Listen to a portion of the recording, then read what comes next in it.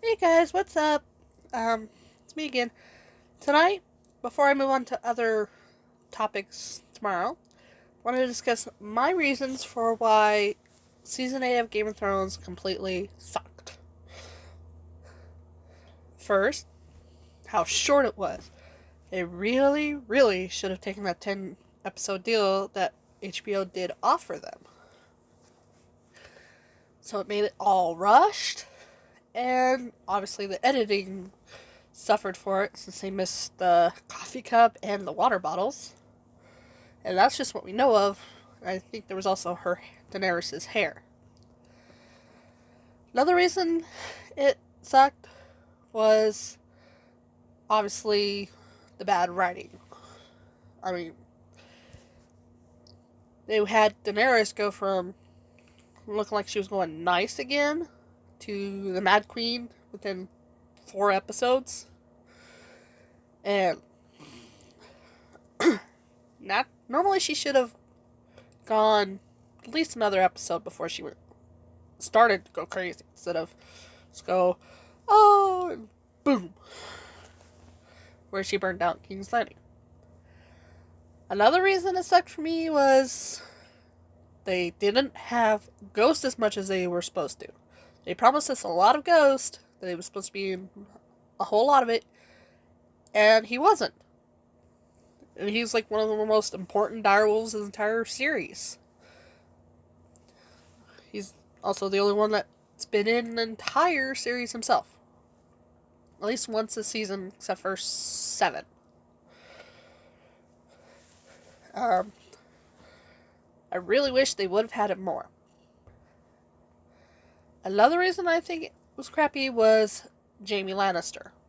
They completely destroyed his storyline.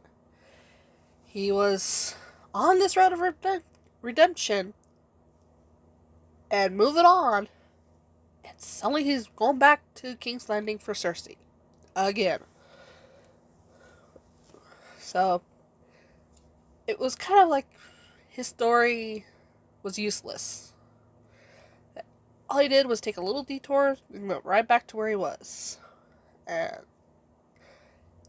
even though in the books, nowhere near that. Which leads into his and Cersei's ending. That was like the what the F moment. They get killed by falling bricks? It completely goes against Cersei's prophecy, which isn't really a prophecy, considering it's more of a fortune telling. Because it was based off of her blood by witch. It wasn't, something somebody had visions of or believed would happen one day. Maggie the Frog pretty much said it was going to happen. And she wasn't choked. She was still crying, so her tears hadn't drowned her yet. It just completely went against everything. And it wasn't her Valonqar who killed her. Which I still don't think it's supposed to be Tyrion or Jaime, considering Maggie didn't say it was Cersei's Valonqar, but the Valonqar. So it's somewhat important, but not related to her. And it's a boy, considering she said his hands. And another thing that sucked was Daenerys' ending. I mean, if they led up to it more, might have made more sense, but then they also completely threw out all the foreshadowing they did in season 7 and her and Jon's possibility of kids.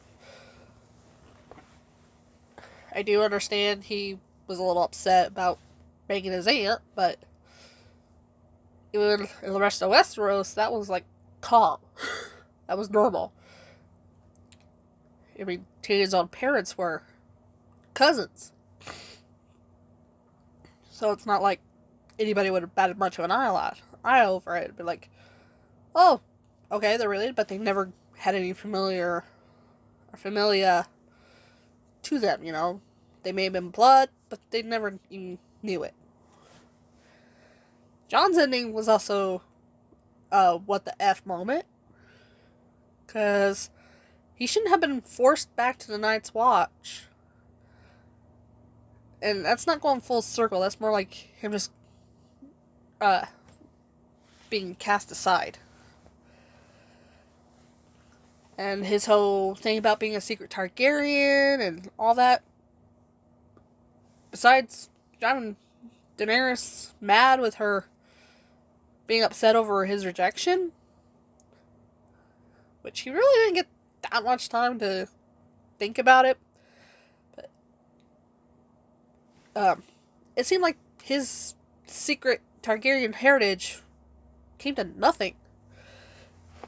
They just used him for their own devices and then threw it away. When it came to the Great Council to choose the king, not one person actually suggested him as king or did anything. You know, they're like, okay, we're going to fight for him. Oh, wait, here's our chance to be a king and queen ourselves. No, bye, Jon. And the whole Bran and Sansa getting everything they wanted, and becoming the king and queen of the whole thing in their own way. That was like a what the F moment that completely should never have happened. I mean, Bran was never really the king. He had no reason to be picked as king. I mean, sure, he can't have kids that they know of. Nobody ever actually said he couldn't. But, just because he couldn't walk doesn't mean he can't have kids. But, what made him even think of him? I mean, his whole, who has the greatest story is like, okay, he fell, he lived, he couldn't walk, he became a three-eyed raven, and survived things that other people did too. Not that interesting. I mean, making a whole series out of that would have been like canceled in 3 or 4 episodes in the end. So it wasn't even that interesting. I mean, he was completely out of season 5 and it didn't even hurt it. And Sansa, the show made her a lot nicer than she was in the books. In the books, she actually caused the deaths of Ned Stark's guards and the household people with him in King's Landing by telling Cersei what he was doing, what Ned was doing. So it's like she caused all that deaths and she's gonna get rewarded in the end. I know a lot of people are thinking, well, she went through all this torture and rape and all that. Most of it was her own fault. She kind of let herself fall into it, knowing there was other ways out. And she didn't go through anything more than anybody else did. Because Daenerys alone, she was sold off by her own brother. A lot worse than anything Sansa went through, because the people who sold Sansa weren't even her family. The only way she survived was getting her husband to actually fall in love with her. And then she was hunted her entire life. Sansa had a pampered life until she was in King's Landing and turned on her family. So, her becoming Queen of the North just didn't seem right, especially with how she suddenly went from no training whatsoever on how to be a ruler, besides what Cersei and Baelish taught her, but that was a different part, to knowing everything on how to rule. Never sit well with me on that. Yeah. So, another thing was, they foreshadowed Nymeria coming back, and her wolf pack, which in the books we know are supposed to be there because Martin was like, don't put something in there if you're not going to use it, kind of thing. And they didn't use it. Never once. Never even mentioned it again. So it's like, they completely threw out everything they had ready for season 7 and before, tossed it into the trash. Like, no, well, we won't use that. Yeah, so terrible, terrible, terrible season. The acting was great. The music was wonderful. I mean, Jenny of Old Stones, come on, best song ever in the whole show. And the effects weren't that bad. I mean, they probably didn't have enough time to do as much editing as they should have had, especially with all the battles that were happening. But it wasn't anybody like that. It wasn't even the extras. It was all Dumb and Dumber. They pretty much destroyed it. And the ending, if that's how the books end, no, not good.